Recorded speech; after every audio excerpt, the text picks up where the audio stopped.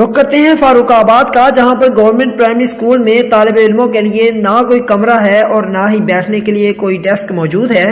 اس پر مزید بات کرتے ہیں آصف علی سے۔ جی آصف علی، تفصیلات سے آگاہ کیجیے۔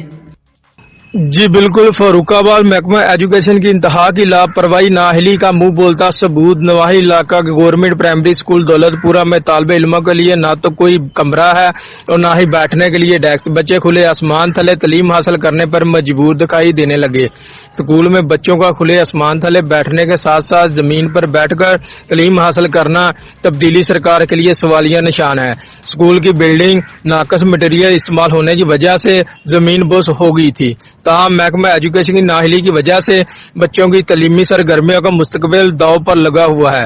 آدھے درجن سے زیادہ دیہاتوں کو لگنے والا اسکول کسی مسیحا کا منتظر ہے۔ اہل علاقہ کے لوگوں کا اعلی حکام سے نوٹس لینے کا مطالبہ۔ جی